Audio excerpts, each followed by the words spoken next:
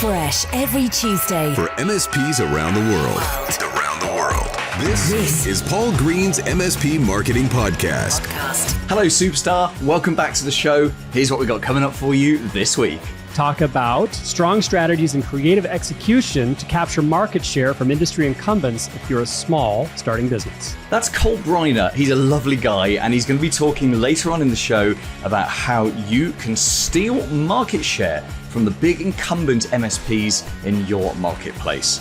We're also talking this week about cash. There's a big cash giveaway. $5,000 is being given away in total, and you can claim your share of it. I'll tell you how in a few minutes' time.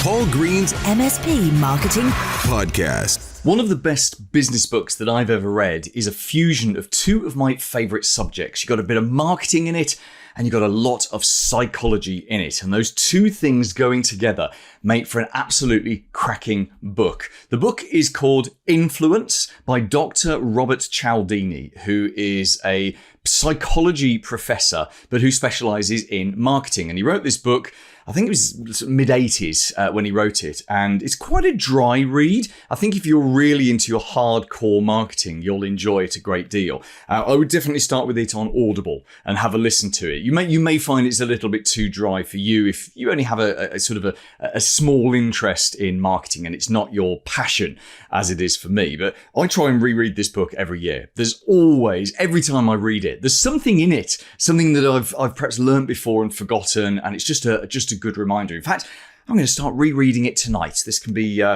one of my autumn reads, my fall reads. What I'm going to do this week is I'm going to take you through 3 of the core principles in this book. So 3 weapons of influence. And then next week, on next week's podcast, I'm going to take you through the other 3, because in this book, Cialdini gives you 6 weapons of influence. Now, because this book has been around for what's coming up to, I guess, 40 odd years, because of that, you will have heard of a lot of these before. But just because you're hearing about something again and again and again doesn't mean that it has less value. In fact, if anything, it's the other way round. It has greater value if you keep hearing about it again and again. And the first weapon of influence that I want to focus on that's in this book is called social proof. Now, we've talked about social proof a great deal in this podcast. We've talked about testimonials, reviews, case studies. Social proof works because at a deep psychological level, people are motivated, very highly motivated,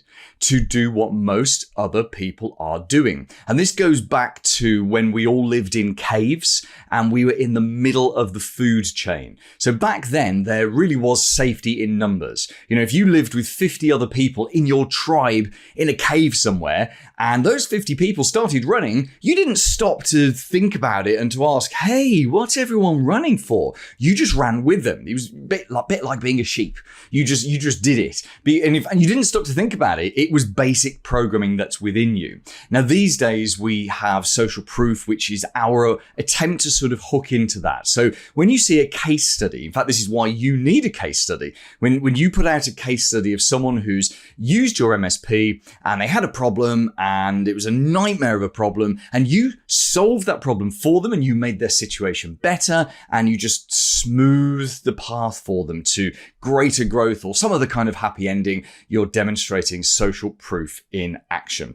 And people are heavily influenced by other people they perceive to be like them, which is why you want social proof from business owners and managers. If you're in a niche or in a niche or a vertical, then you want social proof from within that vertical. For example, I have about 65 reviews on Google and they're all from MSPs because I only work with MSPs. Kind of makes sense, doesn't it really? So that's your first weapon of influence. Now, your second weapon is something called reciprocity. It took me ages to learn how to say that word properly. Reciprocity, and I can roll my R's as well. So reciprocity is when we are given something, it sets up a need, not a want, but a need to reciprocate, to give something back. This is why if you were pushing consumer goods, you would offer free samples. If you go to the food store, to the supermarket, what do you see? You see free samples of stuff. That reciprocity really does work. When you give someone something, it sets up that need to give it back. It's like a favor. This week, as I'm recording this, it's the school holidays here in the UK. And this week, my daughter's been at like a stage school learning, how to act and stuff. And on Wednesday, I just couldn't, I had meetings and other stuff and I just couldn't take her in. And one of the other parents, very thankfully, jumped in to help me. And she sort of had her at her house early in the morning and then I had her at her house afterwards. And I have this massive reciprocity now that's been set up in my head that I need to do a favor for that parent now. Does that make sense? So the other parent hasn't asked for the favor and probably never will. But at the back of my head, I have to do something to help that parent just because they helped me out of a difficult situation. That's reciprocity in action. How would you use reciprocity? Well, there are lots of different ways. If we think about an old marketing tactic that used to be used by MSPs years ago, which is the free audit, hooking someone in and doing a free audit of their business, maybe there's a level of reciprocity in action with a free audit. I mean, these days you do a dark web scan or something like that. That would be a clever way to do it. And there are, of course, lots of great places to go and get those dark web scans done now. But yeah, there's that might be a way of leveraging that kind of reciprocity.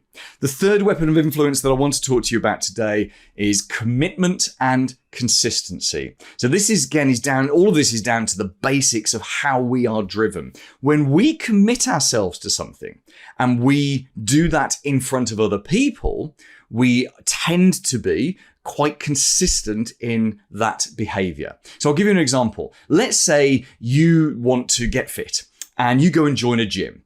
And the chances are high that if you just join a gym on your own, you will do what millions and millions of people have done and will do in the future, which is you join a gym, you go on day 1 all fired up, you go on day 2 a little less fired up, day 3, not quite so fired up. Day 4, you don't go, but you keep the membership for another year, even though you don't go to the gym. Now, that's what happens to people when they go on their own. When someone goes and they have a PT, a personal trainer, or better still, a friend of theirs who goes to the gym with them, both of those people tend to go and train longer.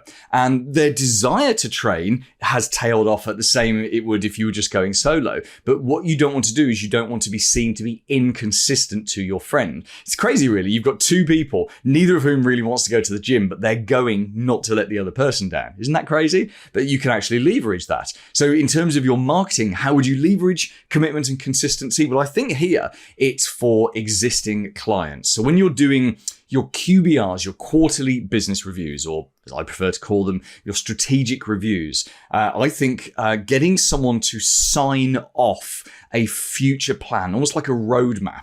I think roadmaps can be an important and critical part of a strategic review, and actually sitting with your clients and talking about, asking them about their technology, their growth plans, what's going to be happening in the next 2 to 3 years. That's a smart thing to do. Put together a roadmap and get them to sign that roadmap. Why do we ask them to sign something? Because someone signing something is psychologically them committing themselves to that. So they are then, there's no actual commitment. No one's going to, hold them to that roadmap, but mentally, emotionally, at a psychological level, they are committing themselves to that roadmap, and they are going to want to be consistent with that commitment. And that means that they are essentially, they're not just really signing a roadmap, are they? They are signing a pledge to stay with your MSP for the next 2 to 3 years. In fact, I believe you use strategic reviews to stop clients ever leaving. They might not have signed the new contract with you yet, but if emotionally, mentally, and psychologically they have committed for another 2 to 3 years, they're not going anywhere. So next week, we will do the 3 more weapons of influence. If you get a chance, do go and get this book off Audible. It's called Influence by Robert Cialdini. It's worth the Audible credit that you'll spend on it. And I think, as I said, you will find some fascinating things inside that book. Here's this week's Clever Idea.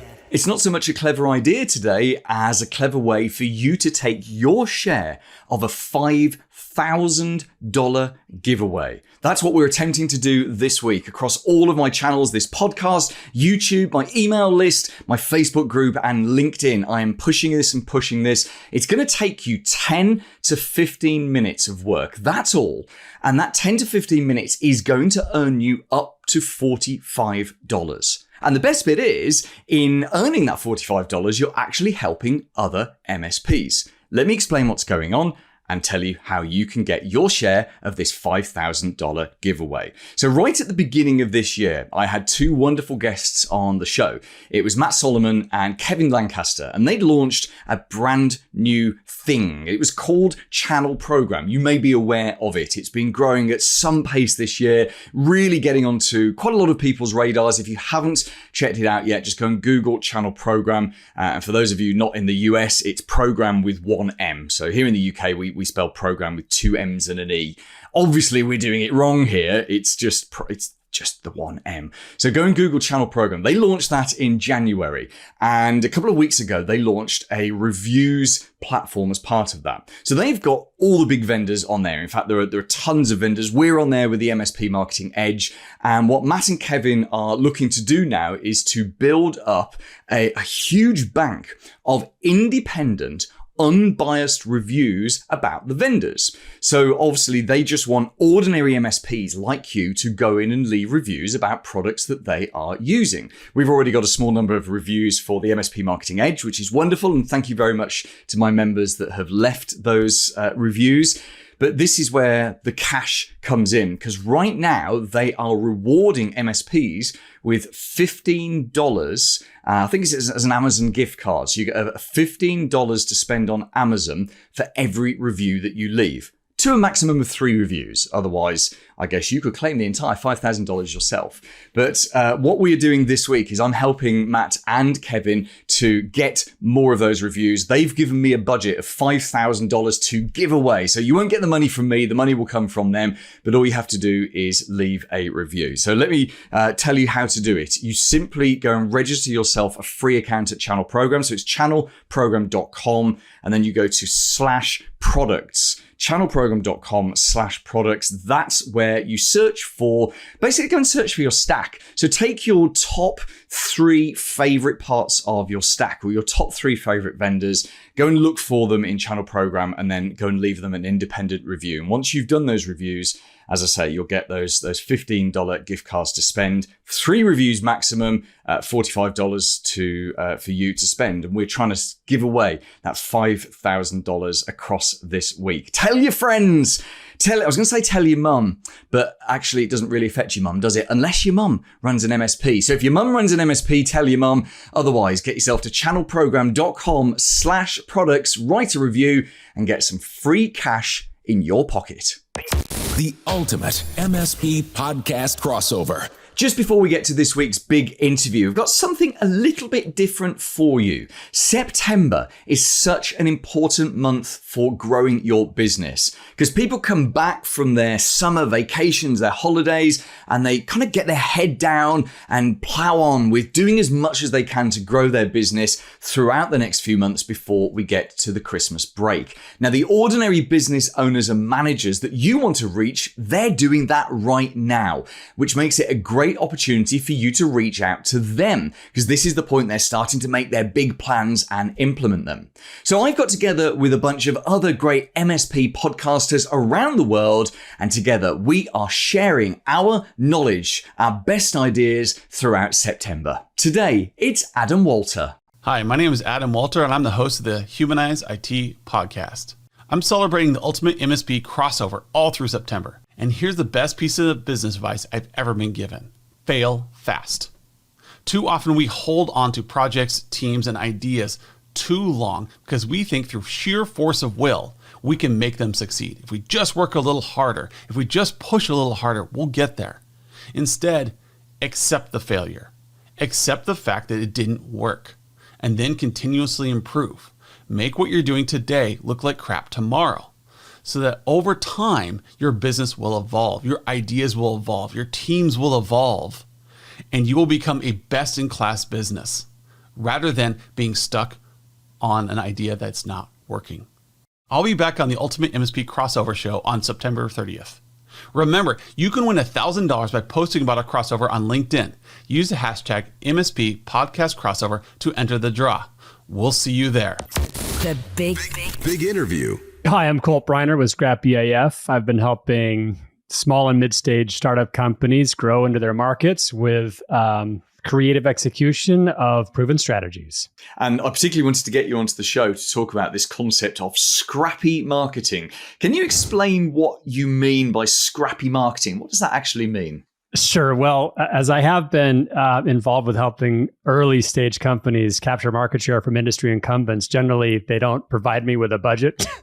So I've had to figure out how to get that done with very few resources. And that's allowed me to really create a list of tactics and executables that can be done for very little money. So you add a lot of creativity and super strong strategy in order to actually achieve capturing market share from deep-pocketed industry incumbents. So that's the technique of scrappy. So it's almost a similar thing to bootstrapping, which of course is a phrase which has been around for many years. Definitely. Yeah, you could certainly call it bootstrapping, the bootstrapping version of marketing. It involves a lot of personality. It involves kind of guerrilla tactics in places like conferences and things like that to create a lot of visibility for a brand, even without spending much money.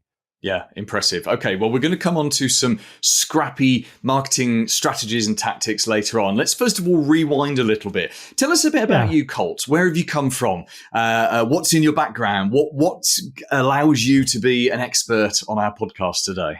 Right on. Well, I appreciate you asking. So I did start my career my executive career about 20 years ago with my own startup called Coltronics, which I based on a product which I invented and had manufactured out of China. Before that, I had performed, moonlighted as a professional magician, which helped me kind of get comfortable in front of audiences and engaging people in interesting ideas. And then I started into kind of my professional career being employed. I've been in video streaming technology. I've been in education technology. I've been in analytics and machine learning and robotic process automation. And now, most recently, my last gig as chief marketing officer was for a company in healthcare, specifically the healthcare back office, which is in the U.S. health system, quite a mess. Yes, I can imagine. And just jumping back to Coltronics, because obviously that's named after you. I'd imagine it was. What was the product that you invented? Well, this was just a novelty product. It was one of the first battery-powered light sticks that you could use for, camping or partying or emergency use, that type of thing. The glow stick, right, with the chemical glow stick, you crack it and use it. You can only use it once, but a battery-powered version you can use many, many times. So cool. And how many thousands of those or millions of those did you sell across the globe? We got up to about 20,000 units a month. And then I think that the ultimate sign that you're making progress is that somebody knocks you off. We actually did. I did spot my product in the Oriental Trading Company catalog, which is when I decided, well, that was fun. Yeah. It's once it started being copied in China, you've got no chance, really, have you? That's right. So what do you? Let's return back to this scrappy marketing. Yeah. In fact, as we've been talking, I've remembered the musical Hamilton, which I'm sure you've seen. It's totally went on great. Disney Plus. Yeah, it is. It's an amazing. I've seen it in London. In fact, we're going to go and see it in Broadway at Christmas time when we visit the US. But it was on Disney Plus during the pandemic, and my child and I must have watched it perhaps 50 times. And I remember a lyric from one of the songs. Wow.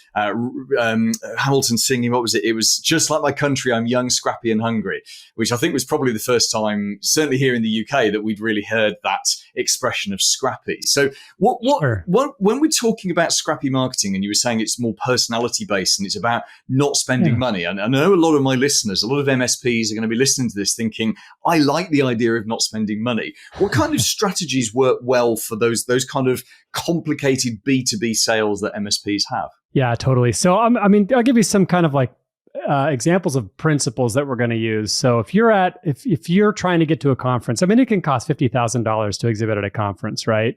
And what you see is business teams, they'll come out and they'll pay for their booths and they'll, wait for people to walk by and that type of thing. If I'm going to take a team to a conference, it might not even get a booth. What I'm going to do is I'm going to make sure that they stand out with really bold shoes. And I mean like expensive, nice shoes.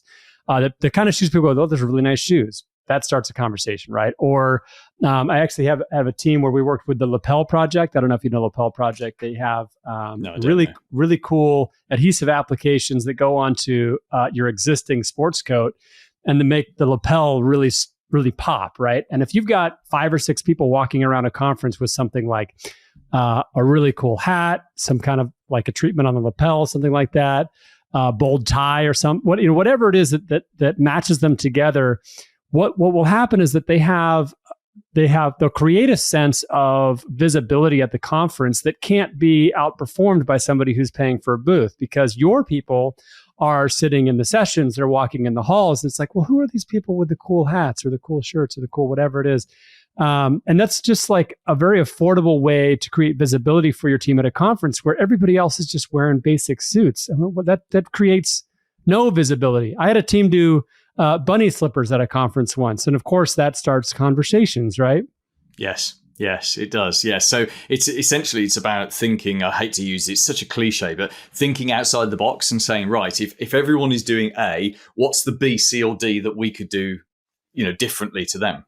Yeah. And it's like sometimes you'll have people who aren't necessarily excited about wearing bunny slippers to the event, but once they see how much attention and visibility and conversations that starts, because that's the point, right? You're at a conference to start conversations. You want to, whether it's about your product or not, if you've got an entree into the discussion, hey, I like your shoes. I like your jacket. Whatever you do, if you're good at sales, you can take that starting point and roll with it. Yeah, that makes perfect sense. There's a great book I've just finished listening to on Audible. It's called The Founders. It's about the creators of PayPal. Of course, Elon Musk was one of those, Peter Thiel. There were a number of people involved in PayPal. And there was a point where, and I'm probably mixing up parts of the story now, but there was a point where PayPal went to an eBay conference and they somehow managed to get the vast majority of the audience in this big panel discussion wearing these PayPal t-shirts. So as the eBay executives were looking out at the audience that they had paid for this conference and they had paid for this audience, there is a sea of PayPal logos. And this was before eBay bought PayPal to be its payment system. And at the time, PayPal and eBay were in a bit of a war as to which payment system would win on eBay. And I mean, that's a great example of a scrappy solution, because that cost PayPal, I don't know, 100 t-shirts. Whereas, of course, eBay had paid, X $100,000, X $1 million to actually put on that conference in the first place. Realistically, for small businesses, because it's always fun to see big business examples like that. Realistically, for small businesses, what are some of the practical things that you can actually do to stand out, such as you said, bunny slippers? What are some everyday things that you can do? Personality in your videos is probably the number one that I find. As companies get larger, they have to become much more risk averse. Smaller companies can express a personality. I mean, if you look at some really good examples would be like the Dollar Shave Company. Yeah. When they got started, the commercial that they put out, really, really great. A lot of personality. They put a little bit of language in there. But people connected with it. It was like, I like this guy and I want to buy razors from this guy because that's a personality that I resonate with. Same thing with Dr. Squatch Soap Company, Poopery. These are some, commercial campaigns that had a lot of personality and took risks that large companies can't take because, they were either playing on some humor angles or what it might be that just conservative large companies can't do. So take advantage of the risk profile that you can as a small company that big players just can't compete with. That's an advantage that they don't want you taking on them, but you really can if you decide this is what I'm out to express. This is who I am.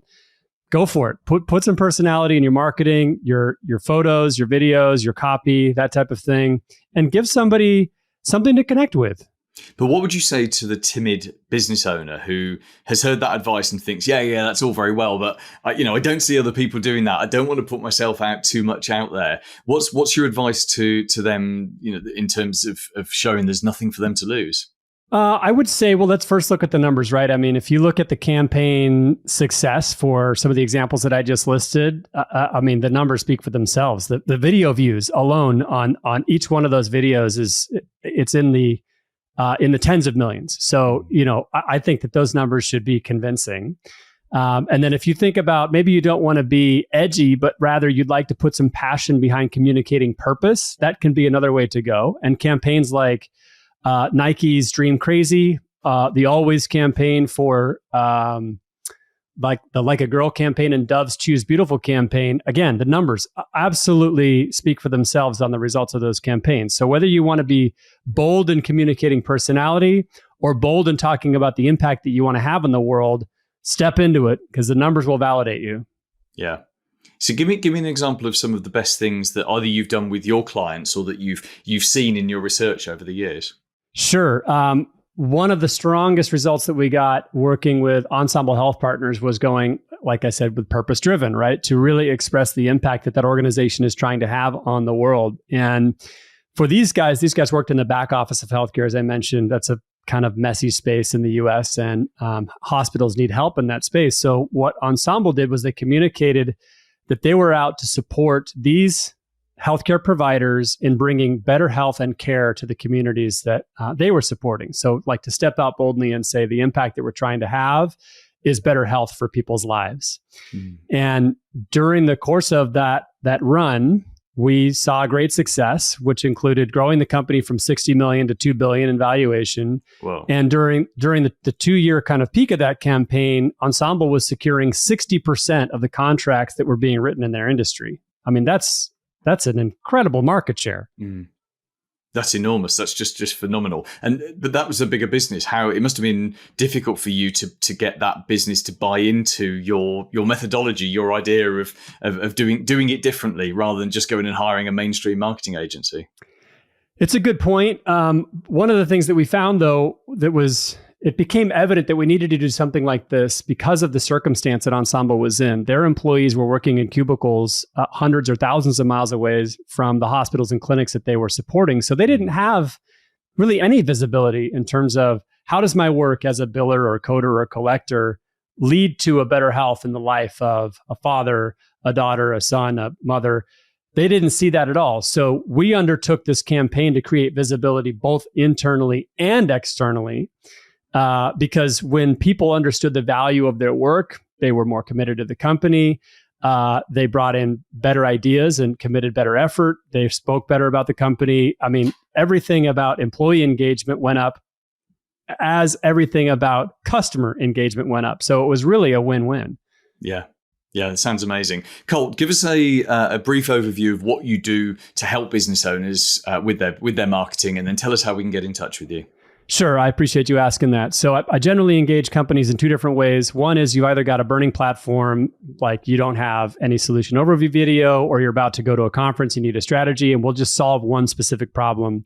The other is we'll take a look at the revenue goals that you have over the next year, and I'll build a roadmap for you to achieve that in terms of generating leads that can turn into opportunities that turn into revenue. Easy to reach me on LinkedIn, Colt Briner. I'm the only Colt Briner on LinkedIn that I found, or you can find me at scrappyafsolutions.com.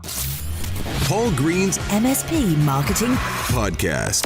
This week's recommended book. Hi, my name's Mike Barrett with Barrett & Associates, and a book that had a big impact on how I think about business is called Rise and Grind by Damon John. You may know him from Shark Tank, but what you may not know is how he started his business, creating streetwear and selling it out of the back of his car. And his journey to how he got to where he is now just fascinated me about how he knows his audience to the point where the first thing he created generated a cultural storm in streetwear. And that's just an example of how you know the people you want to serve. I would recommend Damon John and his collection of books to anybody. Coming up next week. Hi, I'm Stuart Holtby, and I'm from Get In Sync, and we'll be here next week and talking about how you can take your VCIO practice up a notch and make more money. Subscribe wherever you listen to this podcast so you never miss an episode. Because also next week, I've got an idea for you. Something that's going to buy you an enormous amount of goodwill with your team and actually help them as well. And it's all to do with the cost of living and the crisis and inflation and rising prices and all of that kind of stuff. Don't worry, there'll be nothing negative next week. We don't do negative on this podcast. It's a positive idea, and it's not going to cost you a lot of money either. It will cost you a little bit if you choose to do it. But I'll tell you all about that idea next week. Plus, of course, we've got 3 more weapons of influence from the book Influence by Robert Cialdini. Now, we have a ton of content over at youtube.com/MSP Marketing. We're adding 2 or 3 new videos a week, and you can even watch this podcast on YouTube if you want to. It's staying on all of the audio-only platforms, but you also get to see my lovely mug on YouTube while I'm actually presenting the podcast, if you so choose. Join me next Tuesday and have a very profitable week in your MSP. Made in the UK. For MSPs around the world. Paul Green's MSP Marketing Podcast.